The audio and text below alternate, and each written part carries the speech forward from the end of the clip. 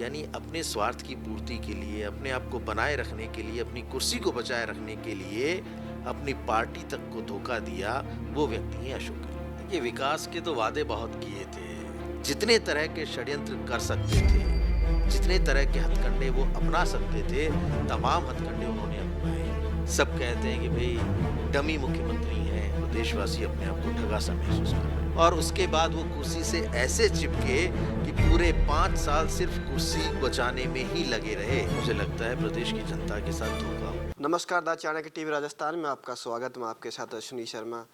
गहलोत सरकार में ओएसडी रहे लोकेश शर्मा आज हमारे साथ जुड़ चुके हैं। जब बात करें तो भाजपा को 2 साल हो गए। 2 साल में कितना विकास देखते हैं, वो आइए उनसे हम चर्चा करते हैं। नमस्कार सर। नमस्कार रश्मि जी। सर, भाजपा को 2 साल हो गए, क्या विकास देखते हो? देखिए, विकास के तो वादे बहुत किए थे। आपको ध्यान होगा कि विधानसभा चुनावों के दौरान किस तरह के नारे दिए गए थे इस प्रदेश में कि नहीं सहेगा राजस्थान। बड़े-बड़े होर्डिंग्स लगाए, बहुत तरह के प्रचार किए, लेकिन वो जो उम्मीदें राजस्थान की जनता ने भारतीय जनता पार्टी से की थी और जो सरकार बनाने के लिए बहुमत दिया था, मुझे लगता है प्रदेश की जनता के साथ धोखा हुआ है। क्योंकि 2 वर्ष में कहीं भी किसी भी प्रकार का कोई डेवलपमेंट, किसी भी तरीके का उनका वादा जो प्रदेश की जनता से किया था, वो पूरा होता हुआ नज़र नहीं आ रहा। सिर्फ़ और सिर्फ़ कोरी बातें चलती हैं। सब कहते हैं कि भई डमी मुख्यमंत्री हैं, दिल्ली से चल रहे हैं, ना फैसले ले पाते हैं, ना सरकार और ब्यूरोक्रेसी, क्योंकि हमेशा से सरकार में ब्यूरोक्रेसी का एक बहुत बड़ा रोल रहता है। अगर वो नियंत्रण में नहीं है, वो कंट्रोल में नहीं है। मैंने तो आज ही एक अखबार में एक खबर पढ़ी कि बहुत सारे कार्यकर्ताओं ने उन्हें ये कहा, जो उनकी पार्टी के कार्यकर्ता हैं, पदाधिकारी है, कि हमारी सुनवाई नहीं हो रही। तो जिस संगठन की, जिस पार्टी की सरकार है प्रदेश में, अगर उस संगठन के पदाधिकारी और कार्यकर्ता ये कहें कि हमारी सुनवाई नहीं हो रही, प्रशासन भी ध्यान नहीं दे रहा और इसी तरीके से जनता त्राहिमाम त्राहिमाम कर रही है। लगातार आप देखेंगे रोजाना कोई अखबार ऐसा नहीं है जिसमें प्रदेश की घटनाओं का जिक्र ना हो।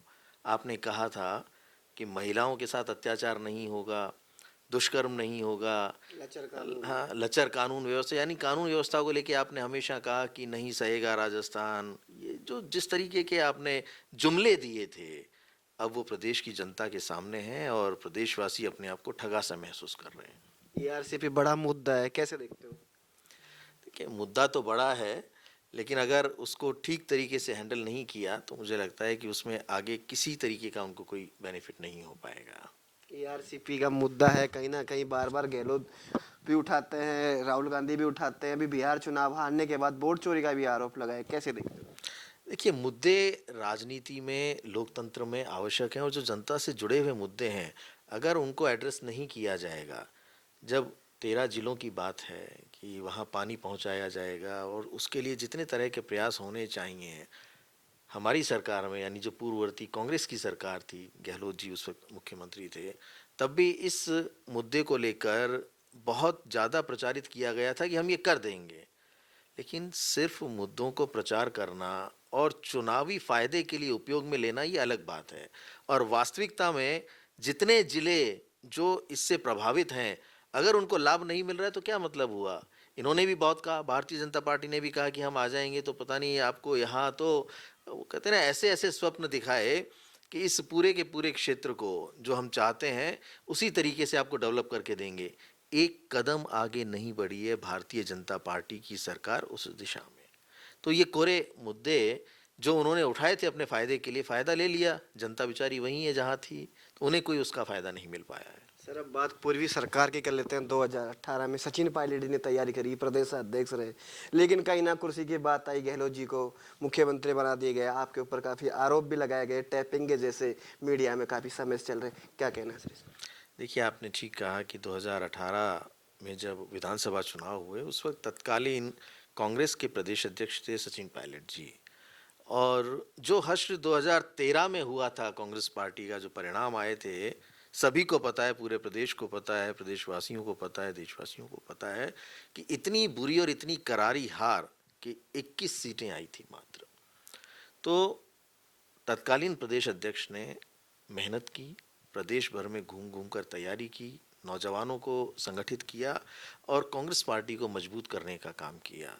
तो मुझे लगता है उनकी मेहनत का परिणाम था कि 2018 में सरकार बनी। लेकिन जहाँ तक मुख्यमंत्री बनाने की बात थी, मुख्यमंत्री सामान्यतया विधायकों के द्वारा जो चयन प्रक्रिया होती है, आलाकमान की भूमिका रहती है, केंद्रीय नेतृत्व की भूमिका रहती है, तो चुने हुए विधायक अपने नेता का चुनाव करते हैं और फिर जो प्रक्रिया है कांग्रेस पार्टी में इंटरनल, उस सबके तहत मुख्यमंत्री का चुनाव होता है।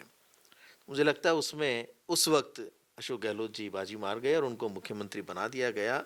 लेकिन जो मुझे जानकारी है, इंटरनल जो जानकारी है, तो 2018 के परिणाम के बाद अशोक गहलोत जी ने रिक्वेस्ट की आला कमान को कि मुझे एक बार मुख्यमंत्री बना दीजिए, उसके बाद जो आप आदेश करेंगे, जैसा आप कहेंगे, मैं वही करूँगा। तो आला कमान ने उनकी उस बात को तवज्जो देते हुए, उनकी बात का मान रखते हुए उन्हें मुख्यमंत्री बना दिया और उसके बाद वो कुर्सी से ऐसे चिपके कि पूरे 5 साल सिर्फ कुर्सी बचाने में ही लगे रहे। उनका सबसे बड़ा दुश्मन बन गया सचिन पायलट। ये इनके प्रकारेण सिर्फ एक ही मकसद था कि सचिन पायलट प्रदेश के मुख्यमंत्री नहीं बने। जितने तरह के षड्यंत्र कर सकते थे, जितने तरह के हथकंडे वो अपना सकते थे, तमाम हथकंडे उन्होंने अपनाए। उन्होंने उस व्यक्ति को गद्दार, निकम्मा, नाकारा तक घोषित कर दिया और कांग्रेस पार्टी से निकलवाने का काम किया। तो यानी अपने स्वार्थ की पूर्ति के लिए, अपने आप को बनाए रखने के लिए, अपनी कुर्सी को बचाए रखने के लिए अपनी पार्टी तक को धोखा दिया, वो व्यक्ति हैं अशोक गहलोत। सर आप पे भी काफ़ी आरोप लगाए हैं फ़ोन टैपिंग के, उसको लेके क्या कहना? देखिए, मैंने तो हर बार कहा कि फ़ोन टेपिंग से सीधे तौर पर मेरा कोई लेना देना नहीं। राजनीतिक फायदे के लिए तत्कालीन मुख्यमंत्री अशोक गहलोत ने अपनी कुर्सी को बचाए रखने के लिए एक ऐसा षड्यंत्र रचा जिसकी पोल पूरी तरह से खुल गई है। न्यायालय ने भी स्पष्ट कर दिया कि जिन लोगों को उस आरोप में गिरफ्तार किया गया था, उनको भी क्लीन चिट दे दी कि विधायकों की खरीद फरोख्त करके सरकार गिराने का षड्यंत्र कोई रचा ही नहीं गया। तो ये षड्यंत्र स्वरचित था और उसके जो मुख्य कर्ता धर्ता थे वो स्वयं अशोक गहलोत थे, क्योंकि उस वक्त उन्हें ये लग रहा था कि अगर ये षड्यंत्र मेरा सफल हो जाएगा तो मैं ही कुर्सी पे बना रहूंगा और जिस व्यक्ति की छवि खराब करनी है वो पूरी तरह से खराब कर दूंगा और वो अपने उस एजेंडे में कामयाब रहे। उन्होंने ऐसा माहौल बना दिया कि सचिन पायलट भारतीय जनता पार्टी के नेताओं के साथ मिलकर प्रदेश में विधायकों की खरीद फरोख्त करके सरकार गिराना चाहते हैं। वो उन्होंने साबित भी कर दिया, यानी अपने एजेंडे में वो कामयाब हुए। उन्होंने आला कमान को ये पूरी तरह से मैसेज कन्वे कर दिया कि सचिन पायलट मेरी सरकार गिराना चाहते हैं। उन्होंने फिर ये एक दावा किया कि मैंने सरकार बचा ली। जो सरकार नहीं गिर रही थी उसे बचाने का उन्होंने उस तरीके से ढोंग किया और वो सारी चीज़ें हुई। तो उसी दरमियान मेरे ऊपर भी आरोप लगा कि मैंने फ़ोन टेप किया है, जबकि मैं कई बार स्पष्ट कर चुका हूं कि उन्होंने अपने फ़ायदे के लिए अपने सरकारी निवास पर मुझे बुलाकर एक पेन ड्राइव दिया और उस पेन ड्राइव में जो ऑडियो क्लिप्स थे उन्हें सर्कुलेट करने के लिए कहा। चूंकि मैं उनका ओएसडी था और मीडिया मैं हैंडल करता था, मीडिया मैं देखता था, तो मेरी नैतिक जिम्मेदारी बनती थी कि जो भी मुझे आदेश दिए जाएं मैं उनकी पालना करूं। तो मुझे कहा गया, मैंने वही किया। बाद में मेरे ऊपर यह आरोप लगा कि वो फ़ोन टेप मैंने किया है, जबकि मेरी उसमें कोई भूमिका ही नहीं थी। मेरे ऊपर दिल्ली में केस भी दर्ज हुआ। तत्कालीन केंद्रीय मंत्री गजेंद्र सिंह शेखावत जी ने मेरे खिलाफ दिल्ली में एफआईआर दर्ज करवाई। तो ये कि सारा बड़ा घटनाक्रम हुआ, प्रदेश की राजनीति में बड़ा भूचाल आ गया जब वो ऑडियो क्लिप्स रिलीज हुए।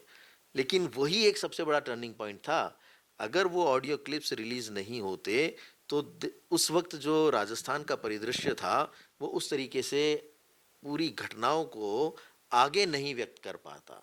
तो उन्होंने ये साबित कर दिया अपने तरीके से, यानी वो अपने उस एजेंडे में कामयाब रहे कि देखो ये लोग बात कर रहे हैं, इनका ये ऑडियो क्लिप है, जबकि किसी को उसकी सत्यता का नहीं पता। मैं तो बार बार ये पूछता हूँ कि उन्होंने मुझे ऑडियो क्लिप्स दिए पेन ड्राइव में, उनके पास कहाँ से आए? उन्होंने सरकारी तंत्र का दुरुपयोग किया, एजेंसीज का दुरुपयोग किया और जो निजता का हनन होता है, यानी आपने उन लोगों के जनप्रतिनिधियों तक के टेलीफोन्स को, उनके मोबाइल्स को सर्विलांस पे लिया हुआ था, क्योंकि उन्हें सबसे डर लगता था। उन्हें हमेशा ये डर लगा रहता था कहीं ऐसा नहीं हो कि मुझे मुख्यमंत्री से कोई हटा दे, मेरी कुर्सी छिन जाए। तो वो अपने बचाव के लिए लगातार प्रयासरत रहते थे और उसी के तहत उन्होंने अपने विधायकों और विपक्ष के विधायकों तमाम लोगों के फ़ोन को सर्विलांस पे लिया हुआ था। वो दिन भर बैठ के लोगों की बातचीत सुना करते थे कि कौन किससे बात कर रहा है। इतने घबराए और डरे हुए रहते थे। तो बड़ा लंबा चौड़ा घटनाक्रम हुआ। बाद में मेरे ऊपर आरोप लगे। मैंने स्पष्ट किया कि इससे मेरा कोई लेना देना नहीं है। मैंने बाद में एजेंसीज़ को ये भी बताया, सबूतों के साथ बताया कि इस पूरी घटनाक्रम में अगर कोई व्यक्ति संलिप्त है जिसने इस घटना को अंजाम दिया है तो वो स्वयं तत्कालीन मुख्यमंत्री अशोक गहलोत हैं। मेरा कोई लेना देना नहीं है, जो पूछताछ करनी है उनसे करिए। फिर मैं सरकारी गवाह बना और अब जब भी न्यायालय या एजेंसीज को मेरी आवश्यकता होगी मैं वही बात जाके दोहराऊंगा वहाँ। सर 2028 नज़दीक है, चुनाव फिर होंगे। अगर कांग्रेस की सीटें आती है तो क्या फिर चिपक जाएंगे जैसा आपने बताया?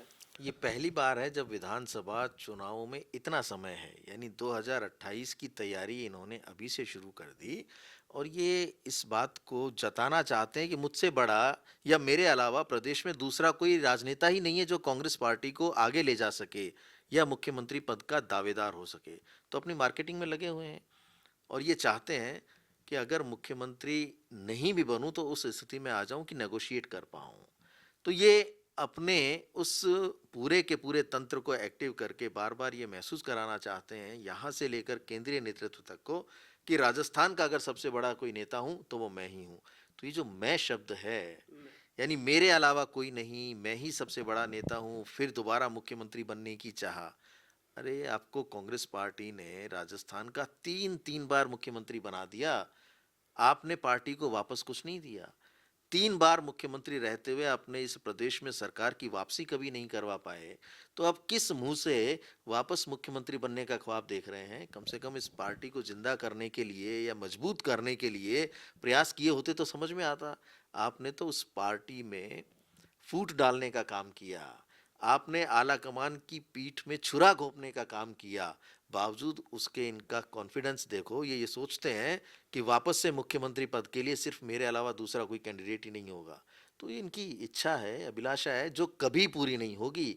जो कुछ भी होना था अशोक गहलोत जी का वो हो चुका। अब उनका भविष्य राजस्थान में शून्य है। सर जादूगर का नाम भी दिया जाता है उनको। देखिए ये तो एक प्रथा जैसी बन गई थी कि क्योंकि उनके पिताजी जादूगर थे तो ये लगता था भाई जादू दिखा दिखा के ये कहीं ना कहीं, अब जादूगर जैसी कोई बात है नहीं।